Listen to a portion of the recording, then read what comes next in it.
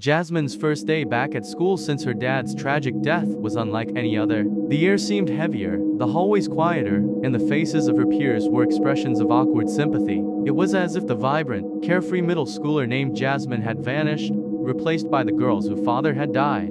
She treaded cautiously through the school gates, her eyes cast downward, avoiding the curious gazes that lingered on her. The familiar chatter of students hushed to whispers as she passed by, leaving an uncomfortable silence her wake. She felt fragile, as if any misplaced word or gesture could shatter the delicate balance she struggled to maintain. In the classroom, teachers treated her with a gentleness that only intensified her sense of isolation. They offered comforting smiles, words spoken in hushed tones, and extra time for assignments. But behind their sympathetic glances, she sensed the unspoken acknowledgement of her newfound fragility. She wasn't just Jasmine anymore, she was the girl whose dad had died, a walking embodiment of sorrow. The weight of this identity pressed on her shoulders, making the hallways feel like an endless maze of judgment. Every stolen glance, every whisper she caught, felt like a reminder that she no longer belonged. The loss of her father had transformed her from a carefree student to an object of pity, a status she never asked for. As the day progressed,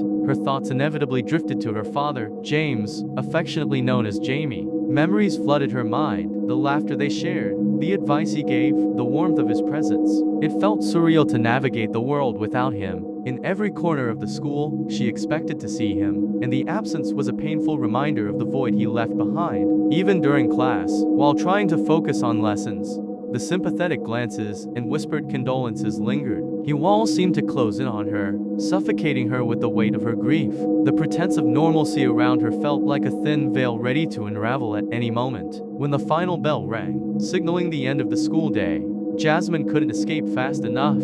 As she stepped out into the crisp afternoon air, she could still feel the eyes of her classmates following her. The burden of their expectations and assumptions weighed heavily on her shoulders. Upon reaching home, Jasmine collapsed onto her bed, the floodgates of her emotions opening wide. The tears that had been held back throughout the day now streamed down her cheeks, soaking her pillow. The weight of her grief, the burden of being the girl whose dad had died, overwhelmed her.